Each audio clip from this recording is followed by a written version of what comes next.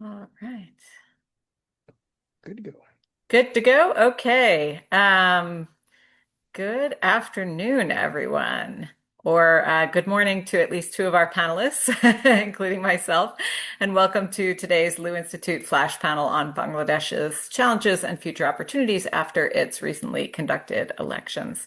I'm Susan Osterman, convener of the South Asia Group, and I'm joining you today from Kathmandu, Nepal, where elections will be held for the first time after Gen Z-led protests in September toppled the government. Though Nepal's Gen Z movement has become famous and been imitated in numerous countries throughout the world, it was in many ways an imitation itself. The original Gen Z movement took place a year and a half ago in Bangladesh and resulted in the ouster of Sheikh Hasina, a democratically elected leader who exercised autocratic power to stay in power for over 14 years. Since then, Mohammad Yunus, the Nobel Prize winning founder of the Grameen Bank, who we have in fact hosted here at Notre Dame, has been interim leader essentially and working with a panel of experts to prepare Bangladesh for elections. His job was not an easy one, and those of us who study South Asian politics and were watching from the sidelines worried that the promised elections might never happen. But they did happen on February 12th. They were widely held to be free and fair, and they resulted in a clear outcome, which is good.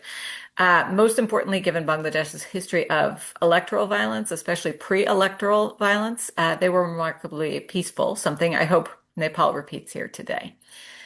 To help us understand the recent elections and the challenges and opportunities before Bangladesh, we have a panel of experts with deep knowledge and expertise and experience in the country.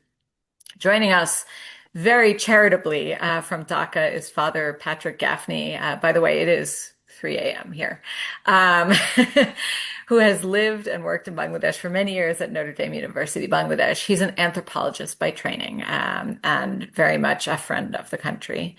Joining us from Amherst College is Nusrat Chowdhury, a friend of the Lu Institute and also of the Keough Institute. She was recently on campus. She is a professor of anthropology and she has written extensively on Bangladeshi politics.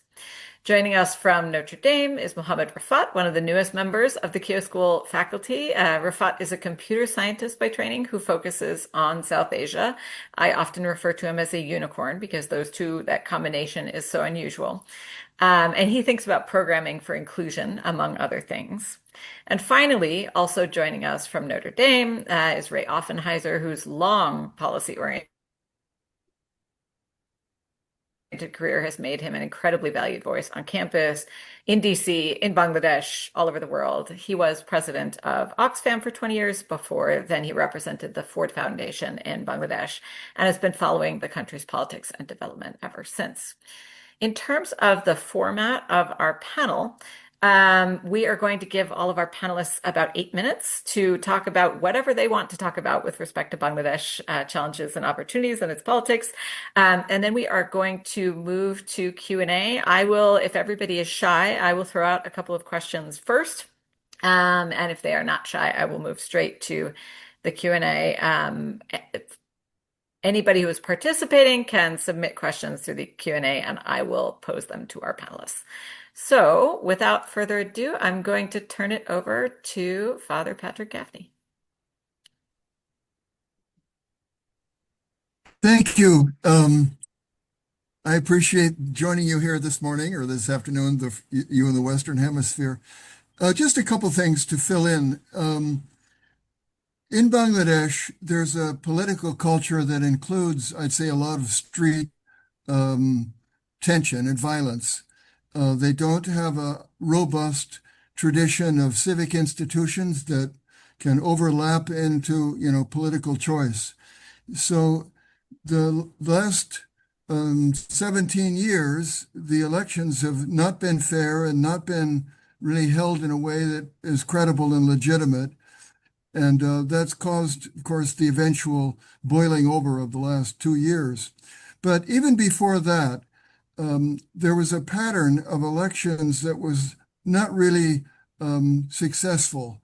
And one way to explain that is after the Liberation War, the leading figure, Mujibur, who came to power with an enormous popularity, failed to establish what you might call as a political system that really would have continuity. And a lot of complications involved, but I suppose one way to explain it is he had enormous charismatic power as a revolutionary leader. And the election of 1970, which led to the Liberation War, something like, 90% of the Bangladesh vote went to his party. And because Pakistan had the two wings, East and West Pakistan, if Bangladesh, which is the East wing, got a majority of votes locally, they would have overwhelmed West Pakistan, the other part, in the eventual total number. And that's what happened. So Mujibur, head of the Nationalist Party in East Pakistan, actually got the most votes in the parliamentary election for the two wings for the whole country. And that meant that Mujibur would be legitimately prime minister of Pakistan, East and West. But of course, Pakistan West, the Punjab, had always controlled the country. And of course, in Bangladesh, it was argued they were being treated as a colony, as a sort of subdivision of the Western rulers. Again, you get the long story here, part of the partition, but that led to a problem because Bangladeshis had been fighting for something like autonomy, especially cultural autonomy.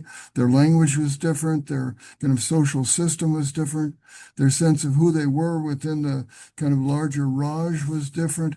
So now, with Mujibur supposedly being legitimately the prime minister and being denied that, there was a whole story to that too, the country began to get very restless, and there were speeches and street demonstrations, etc. And finally, West Pakistan initiated military action, a famous sort of midnight murder squad called Operation Searchlight that started rounding up and killing Bangladeshi intellectuals and influencers of all sorts, professors, doctors, editors, and that led to the war. Now, Mujibur emerged from the war, leaping over a lot of history, very powerful. He was actually in prison during the war. Pakistan had put him in prison. And after the signing of the treaty at the end of the war, which of course India played a major part. I mean, just one note on this. India had always supported the Bengalis, largely because they were always opposed to the Pakistanis. They had fought several wars with Pakistan. And Bangladeshi started crossing over into India here in the eastern area. And India began giving them refuge, giving them eventually training, giving them weapons. They would smuggle back into Bangladesh and fight a guerrilla war against Pakistan. That was working, but it would take a lot of time. It was very, very bloody. So what Pakistan eventually did, they actually bombed an Indian air base. That was crazy, of course. Now India declared open war in Pakistan. They started bombing ammunition dumps and fuel depots here in East Bengal, and the war was over in a week. So India really ended the war. And India supported East Pakistan, that is, Bangladesh's emergence. I don't know if I'm going too fast here. Maybe you know all this. But it's an important part of the story because when the Awami League came to power in 2012, in the election of 2012, the Awami League being the sort of revisited party of Mujibur, they went back to their Liberation War ideology and image and claimed legitimacy from that period. And this was Sheikh Hasina's trademark self-presentation. And in many ways, the overthrow of Sheikh Hasina, the summer of 2024, so a year and a half ago, reignited some of that original Liberation War thinking. But that was 50 years ago. And so the electors in this most recent election were largely people who had not experienced the Civil War themselves. They were the new generation, actually 2 generations removed. And that made this election very unusual. And there were a lot of commentary. The uprising of the summer of 74 was really, sorry, 94, of 2024 was really, in many ways, led by the youth. And the student movement at the university, as you probably know, really precipitated the movement, which became a street protest and a mass movement, government trying to respond with curfews, and they shut down the internet for a week. They closed all the universities.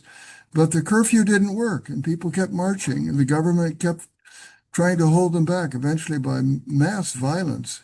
Over 1,000, some say roughly 1,400 people were killed on the streets the summer of 2024. So this election meant a lot, and those young people were still in the forefront. But what happened in effect, just to sum it up quickly, is the youth party that was founded out of that movement failed to get legs. It didn't really have a political savvy, and they didn't have local organization, and they didn't have let's say, experience in the way politics is done here. And so it came to the youth party's sort of failed effort to return to that sort of energy of the movement that overthrew Sheikh Hasina that determined the election.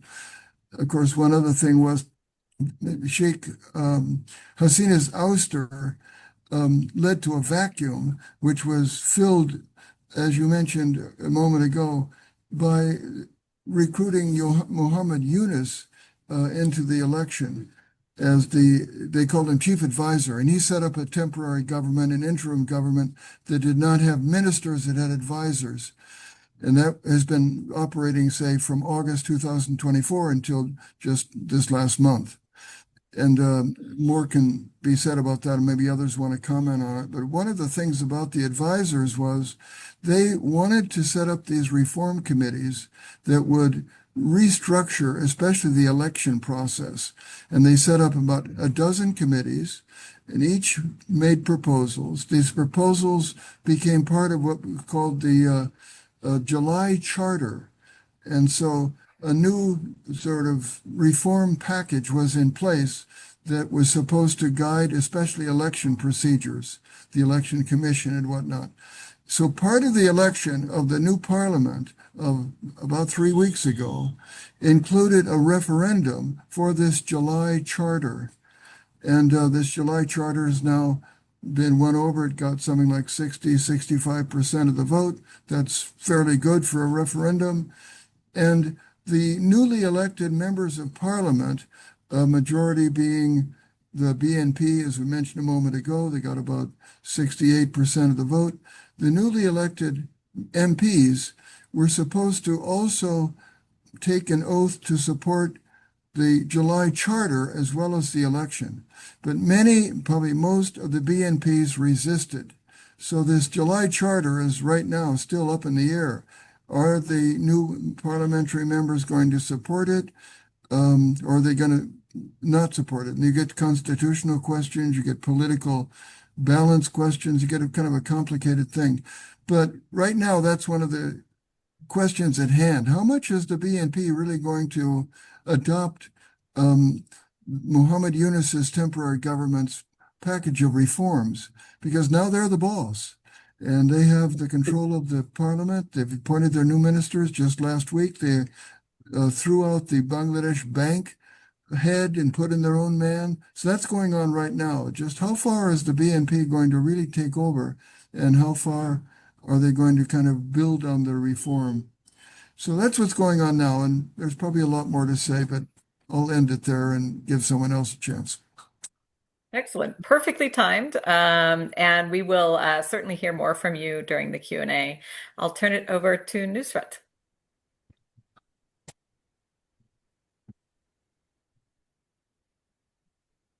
Thank you, Susan. I'm going to share some slides.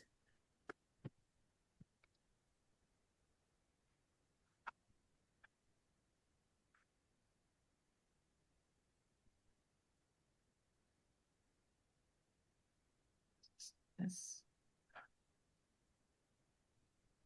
Oh, let me do just give me 1 second.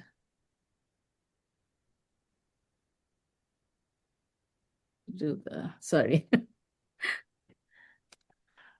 Slideshow.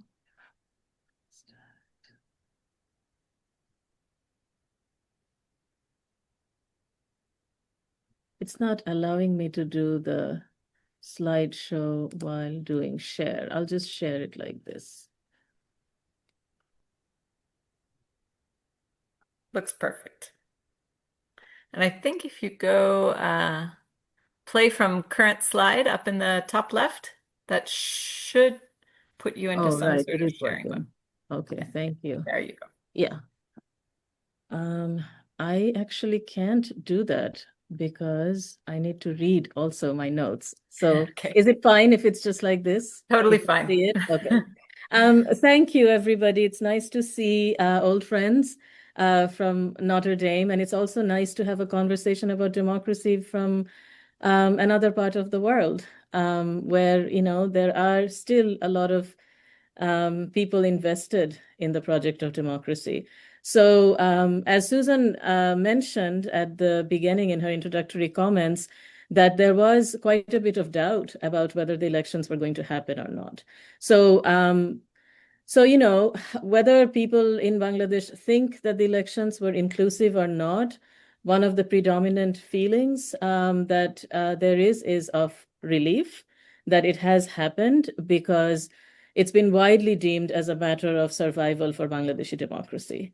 And even a few months ago, there was a lot of kind of doubt about whether that was actually going to happen or not. So this was the 13th national elections in Bangladesh that happened on February 12th.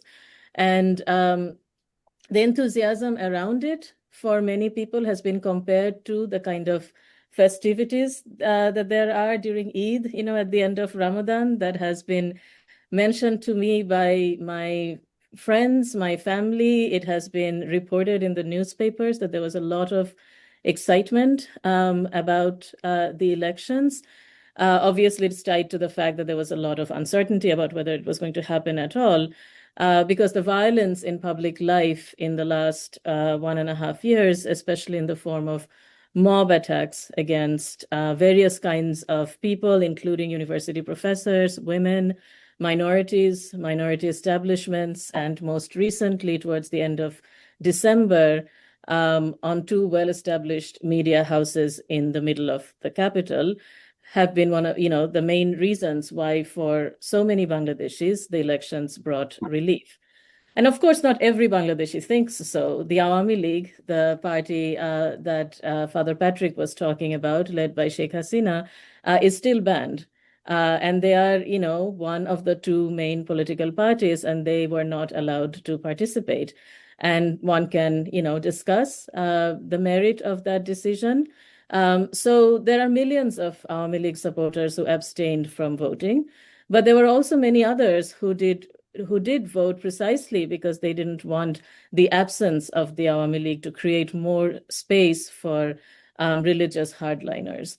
So while the Awami League and its allied organizations remain banned as a party, their absence in many ways has also influenced the elections in a number of ways. So I wanted to start by talking about one woman who has actually won, Rumin Farhana. She used to be part of, a member of the BNP, but she was expelled. In fact, the day Khaleda Zia died, kind of very dramatically, and she won as an independent candidate. And I wanted to start with what she said, because she's one of the handful of women candidates who won, who pointed it out that the 30% of voters in Bangladesh didn't vote, and she kind of wanted it to be a cautionary note for the BNP. And this is she said that in an interview after she won. So the elections should not be celebrated as being as inclusive as ideally we would like it to be. Because, one of the main criticisms of the last three elections that Father Patrick pointed out was the absence of the participation of the main opposition, which was the BNP, in addition to vote rigging and all that. So Rumin Farhana's remark should, of course, be contextualized because she has a bone to pick with her former party. But her remark, I think, still has value. And I wanted to start with her because she's one of only 4%. It's like 3.9% of women who contested the February 12 elections. And this election actually saw the lowest percentage of women candidates in the history of Bangladesh, and that's 54 years. And this despite the two women who have ruled the country for over 3 decades, right? Khaleda Zia and Sheikh Hasina. Although half of Bangladeshi voters are women, the representation of women in politics continues to be low, and only 78 women contested in the February 12th elections out of 1,981 candidates. And just 7 women actually won the elections from the 300 directly elected seats. So, the situation is kind of dismal when you're thinking about women's participation. So I think it's important to kind of talk about the women who have won. And I also want to talk about 3 particular women leaders, relatively young, who haven't won, but who have actually made kind of a space for themselves in the Bangladeshi political culture and will probably gain more political support going forward. So I wanted to actually, let's see, show these 3 photos of these 3 women. So the first woman I wanted to talk about is Tasneem Zara, who ran as an independent, but she was actually the former member of the National Citizens Party, NCP, which some of the student leaders of the uprising formed. And as Father Patrick pointed out, they didn't really have the kind of political savvy or some of the kind of ideological conviction that people ascribed to them. And Tasneem Zara actually left the NCP when NCP formed an alliance with the Jamaat-e-Islami. And she kind of saw it as a compromise of, the kind of passion and ideology that motivated the uprising. She didn't win from her Dhaka seat, but she became a symbol of the kind of passion for political change that motivated her participation and many others in the uprising. And her decision to fight as an independent candidate is actually not being seen as a political suicide because we don't know, might have won if she actually stayed with the NCP and, used kind of Jamaat-e-Islami's network. But rather, it's been seen as a show of conviction. And a number of other women of the NCP have actually also severed ties from their party because of what is seen as kind of a cynical electoral calculation of the NCP. So the next person I want to talk about is in the middle, Dr. Monisha Chakraborty. She is a candidate from the Socialist Party of Bangladesh. She's a trained physician and was the first mayoral candidate from Borishal in the south. She's gone on record to say, and I'm quoting her, a struggling life of 30 years is much more glorious than having 30 years of experience in corruption. And after conceding to her opponent on February 12th, Monisha Chakraborty said she was not a migratory bird, so she'll stay and fight the good fight. And she has also been seen as kind of a symbol of a particular kind of, politics that's not dynastic and that is, also devoid of the kind of dynastic and corrupt associations of the more established parties. And the third candidate is Taslima Akhtar, who is also representing a left-leaning party, Ganashanghati Andolon, that has formed an alliance with the BNP. And Taslima has decades of experience organizing ready-made garment factory workers in Bangladesh. Her grassroots activism actually had earned her a membership in the Labor Reform Commission set by the interim government. And Taslima Akhtar is also an internationally recognized photographer who is famous for this very powerful, eerie image of 2 bodies in embrace after the garment factory collapse in Savar, Bangladesh in 2013.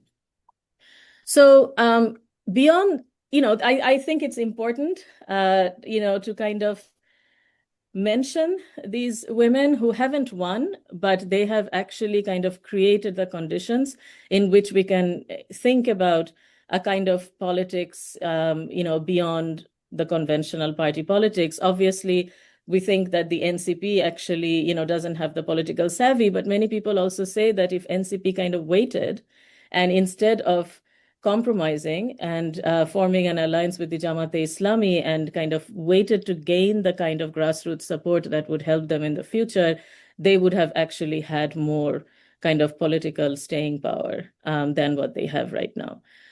So beyond the candidates, we also need to talk about the voters themselves. It has been widely reported that many women have cast their votes against what they have seen as a rightward turn in Bangladeshi politics, especially since the fall of the Awami League.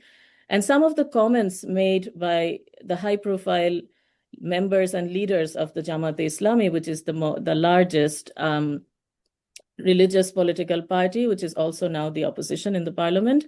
So leading up to the elections, they have made some really problematic statements about women, which have caused, huge kind of public image blunders. These comments were made by both the men and the women of Jamaat-e-Islami that demeaned women's labor by talking about the questionable morality of working women, which obviously didn't sit very well with many women voters.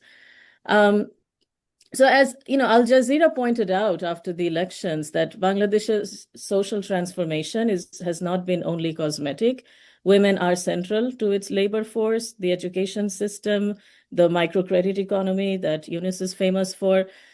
So many people I know personally and many others that I have heard, I was in Bangladesh until, leading to the elections until 2 weeks ago. They voted because they dreaded more support for Jamaat in the absence of the Awami League in the field. This is more applicable to urban contexts because rural voting patterns are different and they rely a lot more on local politics that are kind of hard to assess from afar. So the relief that came with the elections also has to do with the deteriorating law and order situation of the past year and a half, which never fully recovered from the post-uprising disorder. So what made a volatile situation worse was the rise in collective violence, which has been widely talked about as mob violence. So the figure of, excuse me, the mob has made its presence felt through a number of high-profile events in the last year and a half, starting with the demolition of Sheikh Mujibur Rahman's house in Dhanmondi in February 2025, and including the most recent looting and arson of the offices of two most prominent newspapers, Prothom Alo and the Daily Star. And there have been many other incidents against Sufi shrines, religious and ethnic minorities, and women. So between August, just to give you a sense, between August 2024 and March 2025, vigilante attacks claimed 119 lives and injured 74 individuals. And there were 179 deaths in 2024 alone, which is the highest annual toll in a decade. And this is not even counting the last year or so. So one of the newspapers that was burned down, the office of which was burned down, Prothom Alo, did an investigative report. And they have found that the mob violence was planned and there was the direct involvement of a handful of internet personalities and influencers in instigating the violence. So it would be important for, the new government to manage the spread of fake news and incendiary viral material, which the interim government clearly failed to curb. So while the BNP and its leader, Tarique Rahman, who happens to be the son of Khaleda Zia, who's 3 times Prime Minister of Bangladesh, have gestured at fundamental changes in the political culture, it remains to be seen how much of this is performative. He seems to have opted for less pomp and circumstance and has been saying the right things. But a few early decisions have already made a lot of Bangladeshis nervous about the kind of return of a version of the BNP that they have experienced for a number of electoral cycles. And one of the things that Father Patrick mentioned is, the change of guard at the central bank, the Bangladesh Bank, where the governor was not let to finish his term, and BNP sympathizer was actually put in as the new governor. So what happens next is yet to be seen, but I thought that it would be important to talk about the presence and the potential of women in Bangladeshi politics going forward. So I wanted to end there. Excellent. Thank you so much, Nusrat. Let's go ahead and turn it over to Rifat.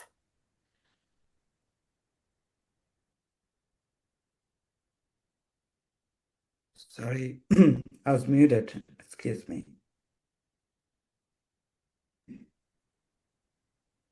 Right. Do you hear me clearly? Yes. Okay, sounds great. So thank you, Susan, and hello, everyone. Thanks for having me here today. Since my background is in technology ethics, I will focus particularly on this topic. And this is important as you listen to my fellow panelists, Father Tarique Rahman and Nusrat Chowdhury, how the social media is playing a big role in the Bangladeshi political sphere. And so I thought that it would be interesting to talk about this. And I also believe that technology policy is now a part of the basic infrastructure in the Bangladeshi politics, be it in Bangladesh or anywhere else. In my understanding, going forward, the government will have to emphasize three particular aspects of technology policy in Bangladesh, which I'm going to discuss in details, which are artificial intelligence, social media, and digital safety. I'll make three quick points about all of these three technology policy issues. So my first point is about social media and artificial intelligence, and my hope is that the government now in power will not use them as tools for manipulation and censorship. I'll begin with the case of social media.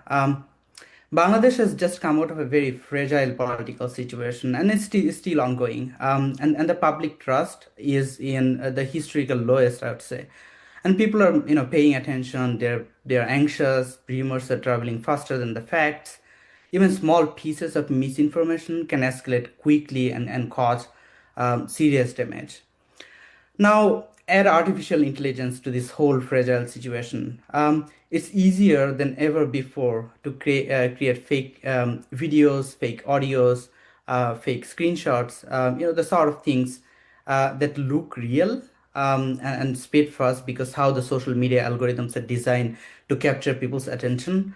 And the problem is not that people are believing the fake content.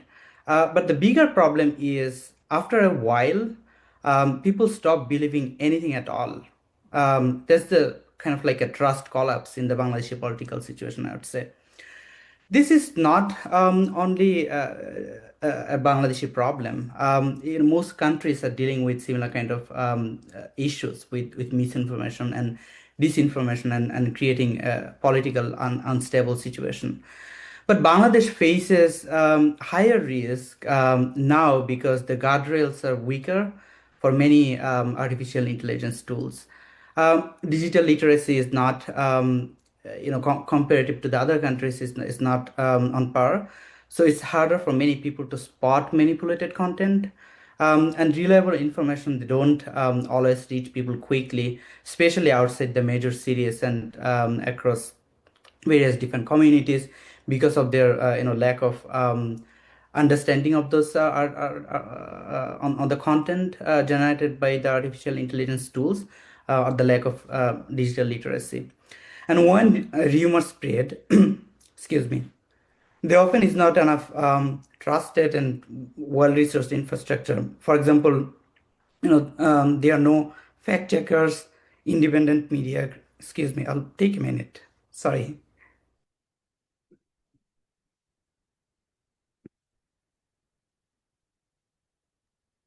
Excuse me, I'm fasting, so my throat sometimes just gets drier. Sorry about this. So I was talking about the misinformation, and when the rumors spread, there often is not enough trusted and well-resourced infrastructure. For example, the fact checkers, independent media, credible institutions, and clear platform policies are not available in many situations. In a fragile moment like this, after this, political uprising, that combination can make misinformation more dangerous, and they can trigger panic and polarization, ethnic conflicts, some of which we have seen incited from the social media platforms and turned into mob violence in Bangladesh. So, what should we do? What should the government do in Bangladesh now? We need to make sure that the vulnerable and the minority communities they have the real support when online harms spill into the societal sphere and cause harm to them. But more importantly, Bangladesh should invest in independent research and monitoring, which should be grounded locally to understand how those misinformation and harassment speed on the social media platforms and how people who are getting harassed and are being the victims of those violence can seek support from the Bangladeshi law enforcing agency. My second point is about digital rights, which is very important. We all want safety, but it should come from clear rules that apply to everyone, not just selectively to some people, right? And every government, they fight cyber crimes, scams, and violent the content that are inciting violence, that is real, and people want safety. But one question I've seen people in Bangladesh ask frequently, um, excuse me, sorry, oops,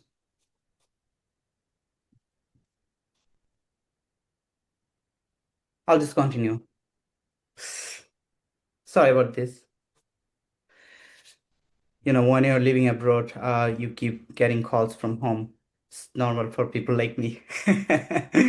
um, so one question I've seen Bangladeshi people are asking more and more these days, does online safety mean fair enforcement, or does it become a tool for political control? When laws are vague, almost anything can be framed as a threat. And when government enforcement is selective, we have seen people in Bangladesh learn the wrong lesson. They don't become responsible user of the social media platforms and the AI tools. They just they become quiet. This is exactly contrary to how a democratic society should work. So, what does a better approach look like going forward for the Bangladeshi government? Honestly, it's not complicated. We all know about this, but it's important that we articulate them repeatedly so that people can hear, people who are in power and can take real measures.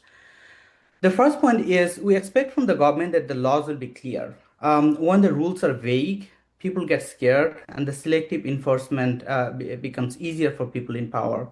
The public perception in Bangladesh is that these laws, especially the Digital Safety Acts, are deliberately made vague so that they could be used selectively against people who the government don't like, and we have seen many examples of such in Bangladesh.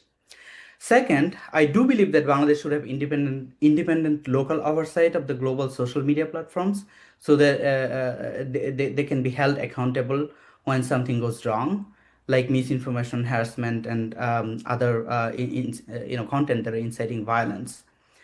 Third, law enforcement, such as Digital Security Act, should be transparent and well documented with publicly accessible records of enforcing these laws whenever feasible.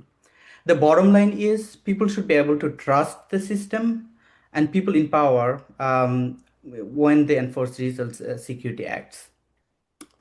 And my third point, and the last point would be about the public sector artificial intelligence, especially when they're used from the government for delivering different kinds of services from the government. A lot of the countries are moving to a direction where artificial intelligence is taking the center stage and is being used as a method for providing public services. Um, Examples could be AI for fraud detection, AI for policy making, AI for local policing, AI for border and migration controls, and such examples.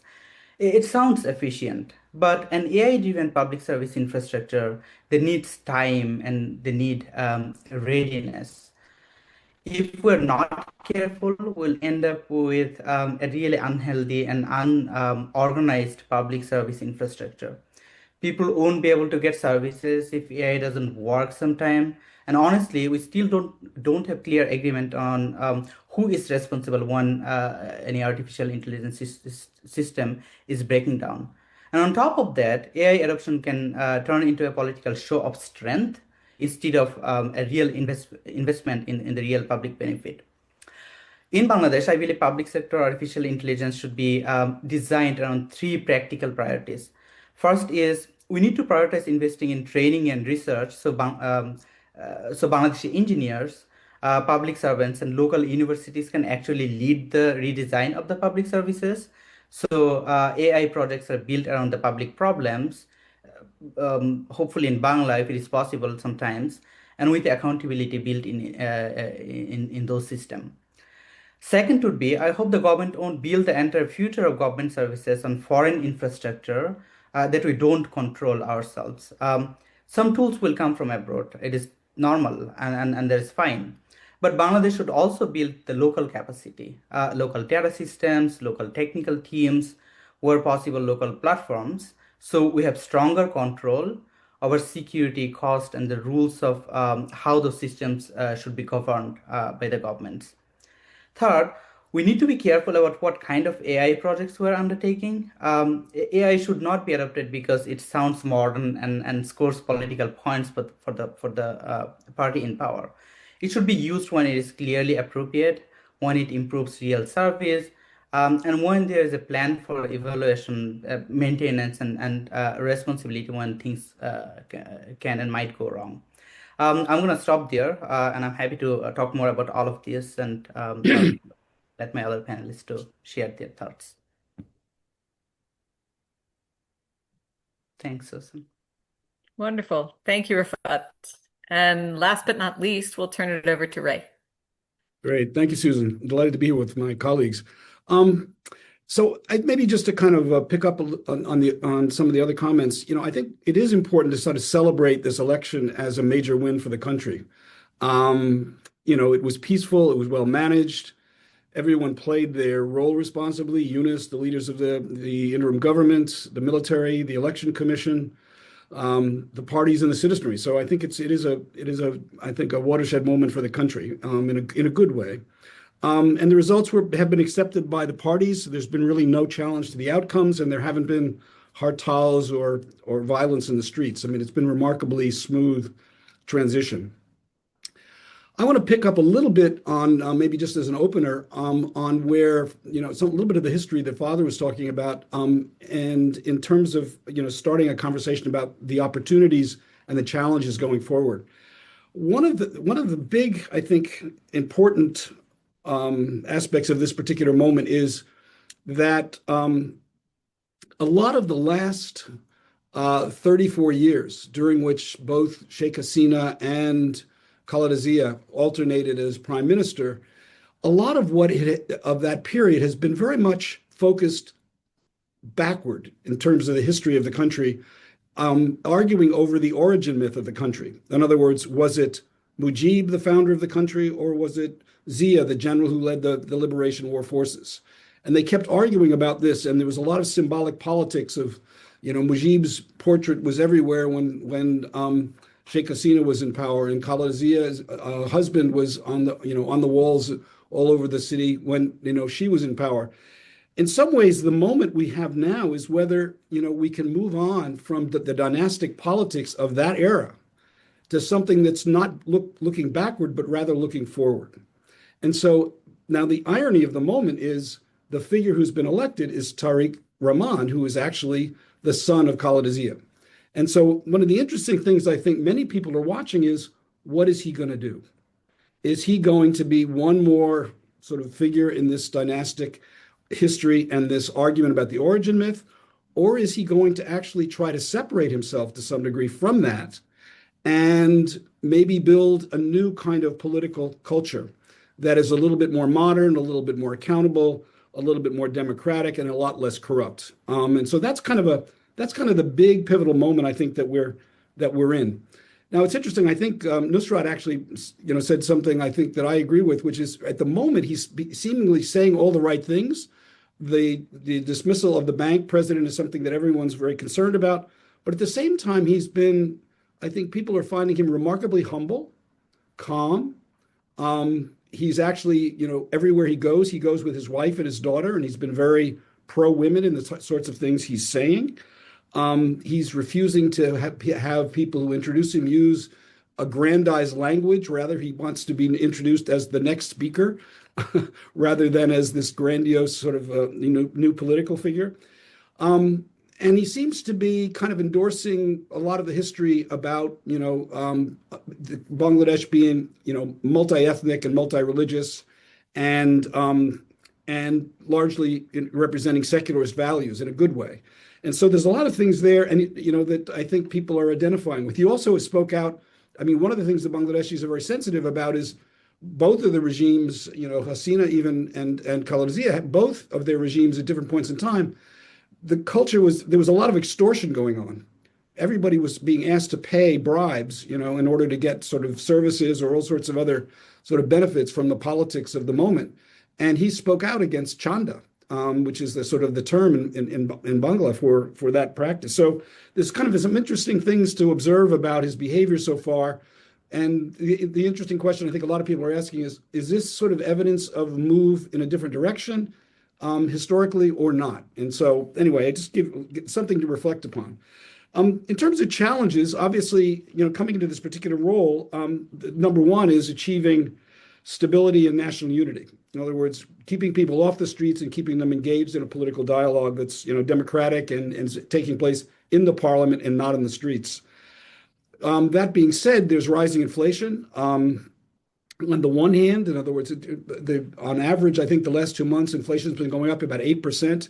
And, as in many political administrations, if, prices are rising for food, that can, the honeymoon can be quite short in terms of, the time you have in order to kind of consolidate things and have people believe that your administration is actually doing something for them. There's a real desire to return to multi-party democratic practice and preserve those secular values. I know that particularly women, in the lead up to the election, a lot of my friends had been really quite worried about the influence Jamaat was having over the discourse about women, and whether, if they did, gain significant control in parliament, that was going to be setting back a lot of the advances that women have made in Bangladesh over decades. Restoring public confidence in key institutions, the parliament, judiciary, the army, and the police. And the police as a unit, 1,200 police have been basically dismissed, and the entire policing force has to be kind of reconstituted under this new government. And how that's done and whether and how and what kind of controls are being put on the police is really, really important. Managing the expectation of Gen Z. Even though Gen Z's, I think Nusrat was, I think speaking to this, they could not put together a clear platform. They couldn't agree. And one of the things that's really, I think, became very obvious during the electoral period was there was elections at the level of the universities all over Bangladesh, and Jamaat won them all. And the university elections have always been really kind of a precursor of what might happen in the national elections. So the idea that the youth vote was being won by Jamaat at the university level indicated there was a very powerful Jamaat youth element that became part of the NCP. And so they were divided internally, around those kinds of politics. And when many of the women leaders, I think, that Nusrat spoke to, saw what was going on, they basically disowned the NCP and basically were, moving over to the BNP side. So there was kind of a gender break in kind of the electorate around those kind of issues. So all what that means going forward, I think, is going to be interesting to watch. Restoring relations with India is really kind of going to be a critical role because they got there's a whole controversy around a cricket tournament that Bangladesh refused to go to India to play in, and Pakistan refused to go, and everybody in India was upset, and they haven't quite fixed that cricket problem yet. But the interesting thing is Modi called immediately after the election to talk to Rahman. So the Indians are reaching out. So that's actually interesting and good news. And then finally, will there be a reform process? And, I think there's a lot of anxiety about whether and to what degree the BNP is really sincere about that. And I think what Nusrat's comments about the fact that, that people didn't vote, that people didn't vote in favor of that ultimately is been kind of taken as somewhat worrisome. And then finally, what's going to happen with the Awami League vis-a-vis BNP? And there's a number of different sort of theories about that. One of them is that the BNP may begin a slow rehabilitation process of the Awami League because it might be in their interest to actually have a return to what you might call centrist politics in Bangladesh, where the other opposition party is the Awami League rather than Jamaat. and you're trying to kind of undermine Jamaat by kind of creating this new balance. And some of the interesting things, these are subtle things, but Deepu Moni, who was the Minister of Education and at one time a very senior person in the party, was just released from prison, or just set loose and sent home. And also Rahman announced that the Hasina's family members could come in and out of the country without any issue. So in other words, there's sort of these rather than sort of punishing the Awami League opposition, there's sort of a bit of an outreach to certain elements within it, and a recognition that in some degrees the Awami League may have, the Awami League electorate, may have contributed to Rahman's victory. A number of different economic challenges, inflation, price of food, I mentioned.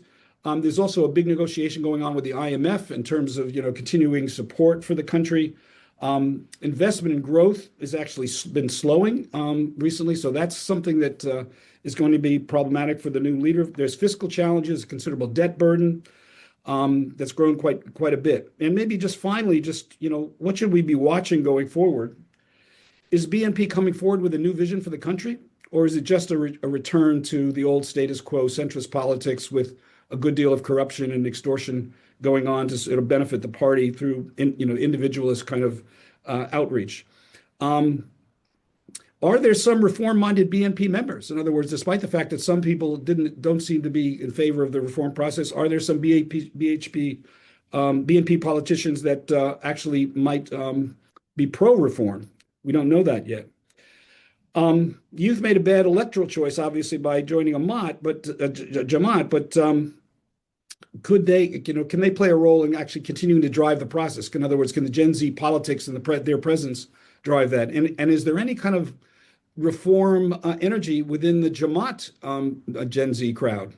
We don't know that yet. And the disenfranchised Awami League voters, where do they go? In other words, are they going to become just BNP members, or are they going to push for a rehabilitated and reappearing Awami League party? And then finally, the army. The army actually played a remarkable role actually in keeping the peace. They were on the streets during the election and have kind of played an interesting role, very low profile, but a very supportive role during the transition government period and during the election. And so, are they going to continue to be playing an important role going forward? And so maybe I'll leave it there, so we can open it up a little bit. Excellent. Thank you, Ray. We only have about a little over 15 minutes remaining. And I wanted to, let's see, we do have a question. We'll go to that one next. I'm going to ask one quick question of all of you, and really just briefly, I would love to hear Ray sort of started down this path, green flags and red flags going forward. Given that this is a return ostensibly to democratic practice in Bangladesh, what are the things that you will look for as positive signs that this is really working, that this will stick? And what are the signs that you will look for as sort of red flags that, things have gone off the rails? And we can go in order. So I guess we'll go with Patrick first. Thank you, Susan. One of the things that is very common here that is often reported and very much in the grapevine and the rumor mill is there's a lot of local political competition. There's a term often used here, sort of winning domination or struggling for power. And what this really means on the street is there are various politically connected persons or groups who operate the extortion system. Street vendors have to pay up, people who want to park somewhere, people who, have practices in their business.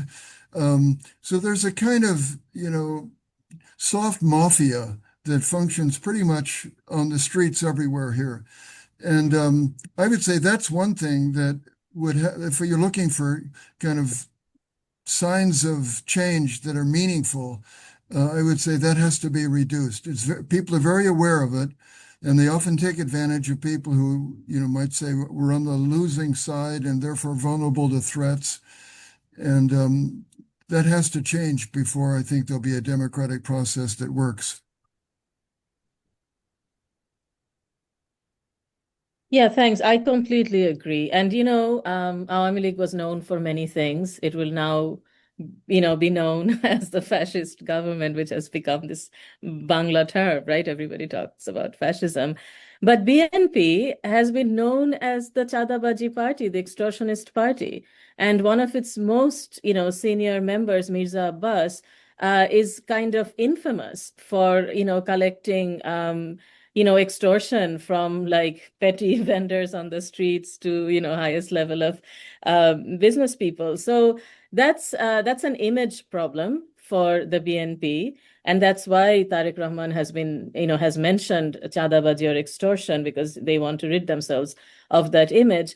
But what I think is a red flag, I don't know if it's a red flag yet, but there is a kind of distance or disjuncture between what Tarique Rahman is saying.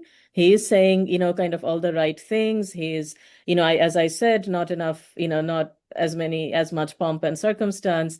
He has been traveling with 4 cars as opposed to an entourage of like 16 cars that used to follow Sheikh Hasina, right? So these things are all important, but there have already been, I mean, even before the elections, infighting between BNP men on the ground, right? For turf, for syndicate, for, control over the local markets, control over the riverbanks, control over the ferry ghat.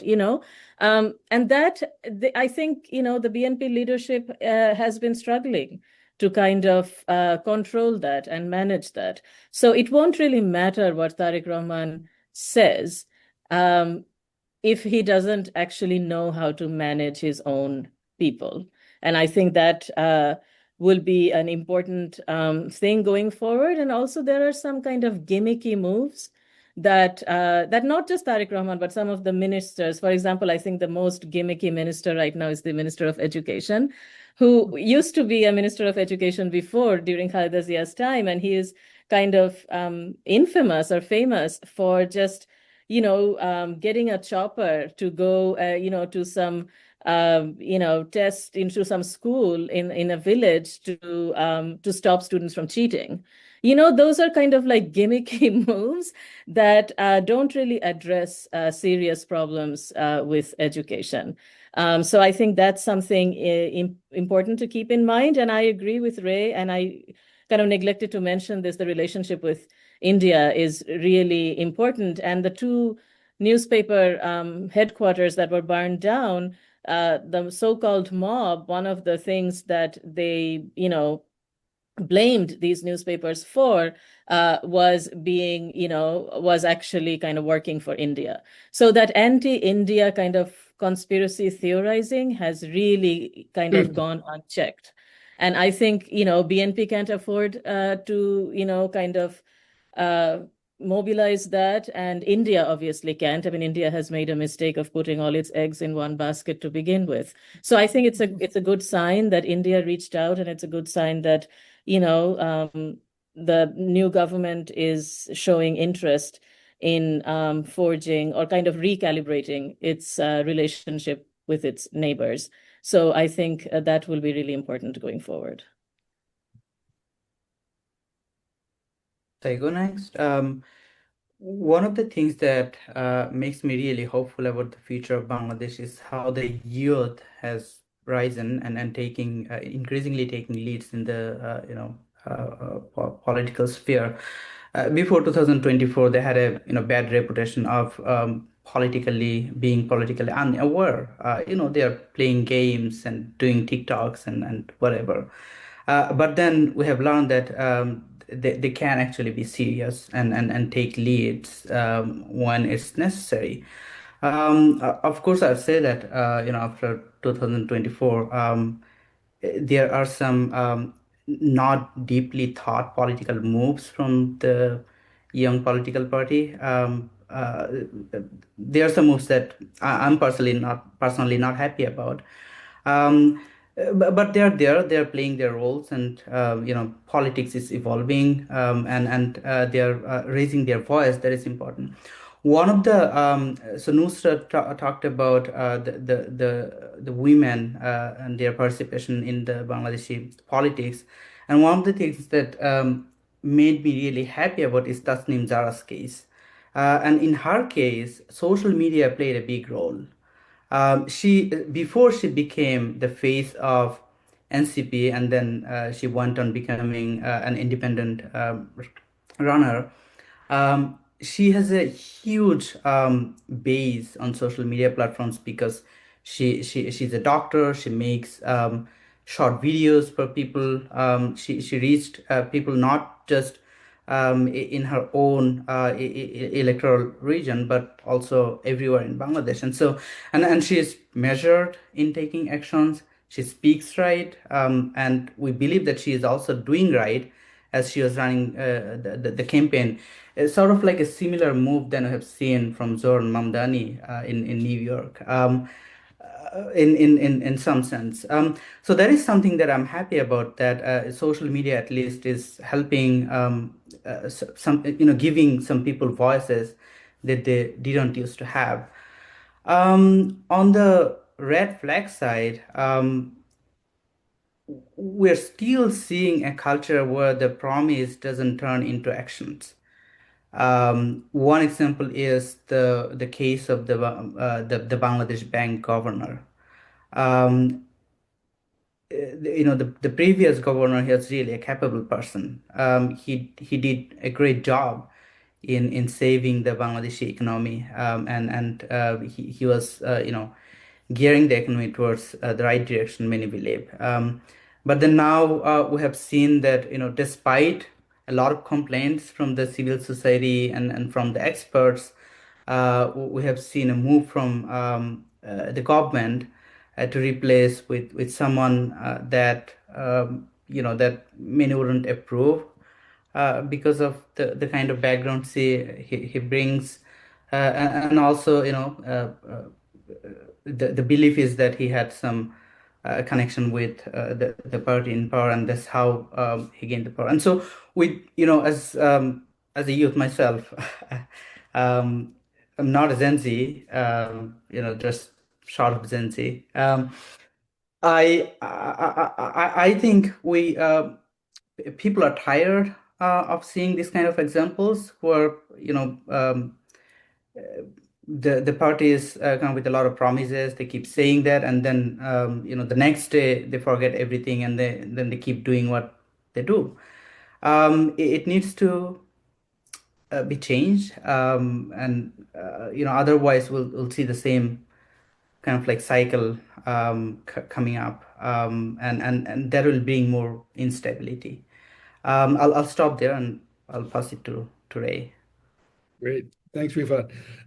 Maybe just a couple of quick points. I mean, I totally agree on the bank manager decision. I mean, he was incredibly well credentialed, and there was no real reason to do that other than, in some ways, this is probably Tarique Rahman's biggest initial faux pas. On the positive side, he actually kept the foreign minister from the transition government, which actually was a bit of a surprise. Another very competent person who he didn't replace. So there's kind of an interesting story there. In terms of things, maybe I guess I guess I'm keeping an eye on. One of the interesting things historically in Bangladesh is that the political parties oftentimes have used the campuses to play out politics, and the campuses have always been places where, during the language movements, way back when when Bangladesh was part of Pakistan, you could sort of tell, that there was unrest politically because the campuses were alive and they were divided politically. So watching the campus politics, I think, is going to be very important to kind of understand where things are going and whether the parties are repoliticizing the campus politics in a way that's actually it results in violence on the campuses, because the violence often starts there and then it hits the streets. The other thing, I mean, is whether, and this is something that's been tricky over the years, whether the parties can prove to be what you might call a loyal opposition, in which case they keep the politics inside the parliament and not in the streets. And so for me, one of these things, one of the sort of things to keep an eye on is, to what degree are there going to be hartals and, strikes, and, basically you shut everything down and you block the streets, and oftentimes there's violence. And to what degree, are the parties going to discipline their members and basically keep the politics, on a civil basis in the parliament. The issue of press freedom, I think, is really important, both the social media but also the print media. And those two papers, that got ransacked are important papers. The English, Daily Star is a major English language daily, is, I think, a really an important contributor even to Bangladesh in the international press, because it's a lot of people outside the country are reading that English language daily. So to what degree are they going to be, allowed to kind of get back in place? And there's another interesting thing about the press area is a lot of the people running the press who are actually trying to kind of run an honest kind of media were actually subjected to an enormous amount of legal, cases that were being filed against them that were not really legitimate. And the question is what's going to happen with all of that judicial backlog of sort of nonsensical cases that were being part of the way Hasina harassed people. And is that going to, are they going to crawl, are we going to be able to kind of roll some of that back to kind of enable the free press to kind of, reemerge again? And then there's one interesting thing that will be interesting for me is that, the Liberation War Museum in Bangladesh was actually one of the last things I funded before I left Bangladesh many years ago. And basically one of the premises of that was in some ways to be the place where you could have a unified narrative about the birth of the country. And the fact that it was completely ransacked is really kind of tragic. So one of the interesting questions will be, how does Tarique Rahman restore that? And what sort of story and narrative does he actually allow to emerge in the Liberation War Museum? I think for Bangladeshis, that'll be really interesting to watch. So maybe I'll stop with that, Susan. Excellent. And I'm going to combine two different questions and everybody can take a crack at them if they want. And then we'll sort of close out, but I'll just mention to your point on dealing with the backlog of cases and sort of justice issues with previous regimes, you can always do what the Nepalis did and burn down the Supreme Court and all its records. That sounds a lot. Don't give us ideas. Yeah. It's quite something to see sitting there, the burning. Yeah. Anyhow, so two questions related to fairness on that theme. The first of which was that this is from Joaquin Biswas, who says, would you like to talk about the role of the army during the week of the election in Bangladesh? Could the election really have been fair under the caretaker government without the army's direct intervention to prevent various unfair means on the night before the election was held? And then another question from Chad Stout was, to what extent does Hasina not facing justice, staying in India, distract or hinder Bangladesh's future? So you can pick and choose from either of those as we go through. Patrick, would you like to take a crack? Well, let me just say something about the army. The day of the election was a holiday here, so the way the process works, people vote where they're registered. So there was a massive exodus from the city back to villages, presumably, so people could vote. And the army was all over the place. I took a long walk on the election day, and there were kind of military trucks going here and there, soldiers pacing around. And my sense of it is, other people may have better information, there's a long history here of ballot stuffing, of intimidation at the polls, of failure to count correctly. I mean, elections have not been legitimate for some time, but this election seems to have been. And I think the army played a very positive role. They didn't rough people up or cause much there wasn't a lot of complaints about the army. And this idea of a technical or caretaker government in charge during election is very big here. The lot of process, as all of you probably know, the Awami League got rid of that caretaker government practice when it was in their interest. And then when it was not in their interest, they wanted it back. So manipulation through the justice system of that caretaker government's been a big part of what the advisors, Mohammad Yunus and his interim people, have tried to restore. And I think that would be positive looking forward. I wanted to respond to the Sheikh Hasina question. I think, again, it may be a green flag, but one of the things that I'm not sure if it was the foreign minister, but one of the ministers recently said when they met with the Indian representative that they don't want Sheikh Hasina's return to become this issue that comes in the way of kind of, revitalizing the relationship between the two countries. And I think it's a really important thing to say, because there's a lot of things that were said about that I don't think were said or done in good faith.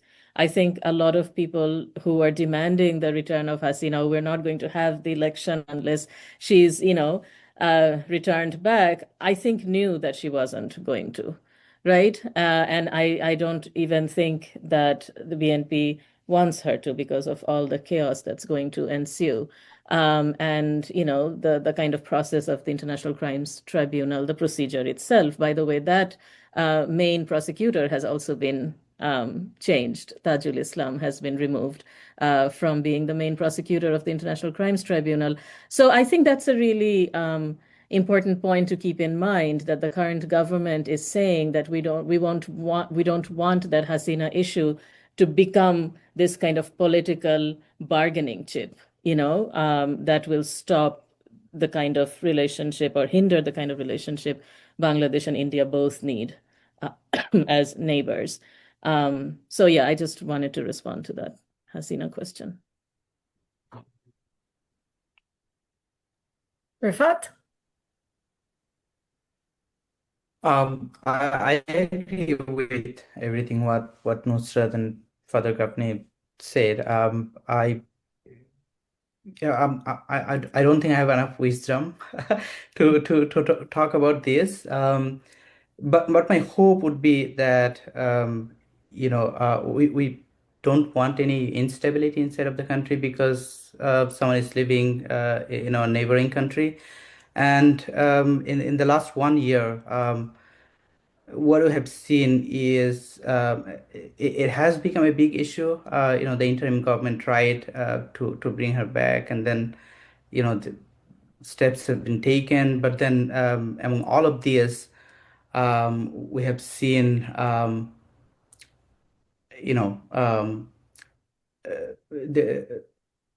we have seen incidents where people kind of like got agitated and kept connection with Sheikh Hasina and incited violence here and there, and so we don't want this kind of like the incidents. I mean, I know it's a long process. I know it's not just the national interest; it's also the international interest, and so I wouldn't believe that things will happen very quickly.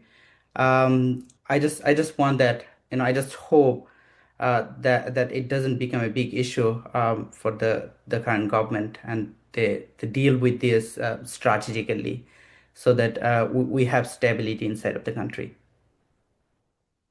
Thank you. Last word, Ray. Yeah, maybe just a couple on the army. I think they played a key role in keeping things calm. And I think maybe just there also were evidence that where there was evidence, I think, of misbehavior during the electoral process, it seemed like the caretaker government was intervening, the army was keeping things calm. So I think they get a lot of credit for that. I mean, one of the things maybe to keep in mind about the army in Bangladesh that became apparent during some of the previous upheavals in the past, over this past decades, was that the Bangladesh army is actually one of the biggest contributors to the UN peacekeeping missions. And one of the threats that they felt in previous cases, when it might have been perceived that they were identifying themselves with, perhaps, misbehavior in their own country, was, well, maybe we won't include you in these peacekeeping missions anymore. And so, to some degree, it actually is that external opportunities had a kind of a tempering effect, I think, on the military in a peculiar sort of way. On the Hasina issue, I mean, I think there is a segment of the population, I think, that has this sort of no justice, no reconciliation kind of conditionality to that whole case. Personally, I just sort of feel like it's in the best interest of the current administration to keep it out of the news, and maybe quietly, if you want to kind of pursue that, diplomatically encourage a process of extradition, to any country that actually might welcome her outside of India. and that that she ends up feeling sort of in some ways trapped in India and with very little freedom to kind of move. But that could all be done very quiet diplomatically while you're trying to kind of manage a very successful transition at home. And maybe that's really what I think the citizenry wants. They want good governance, good accountability, and this reform process. And I just want to maybe just to close, I thought it might be just useful to say something about some of the elements in the reform process. In other words, what actually was being proposed. Constitutionalize the caretaker government idea that Patrick mentioned. In other words, that the Awami League did away with. Neutral election commissions for the future. Neutral oversight bodies in the future. Term limits for the prime minister. Increase women's representation in key institutions throughout the government. Update the Constitution to recognize the multi-ethnic and multi-religious nature of the country. Those are really exciting sort of propositions, and if that can all be carried out and that process can be kept, as the most important thing that the new leadership should be doing, I think that'd be great for the country. It's a great note to close on, and we're almost nearly on time. So I will go ahead and thank all of our panelists. I learned a lot, which is great. So I hope all of our participants did too. And thank you especially to Father Patrick Gaffney for attending in the middle of the night along with the rest of us.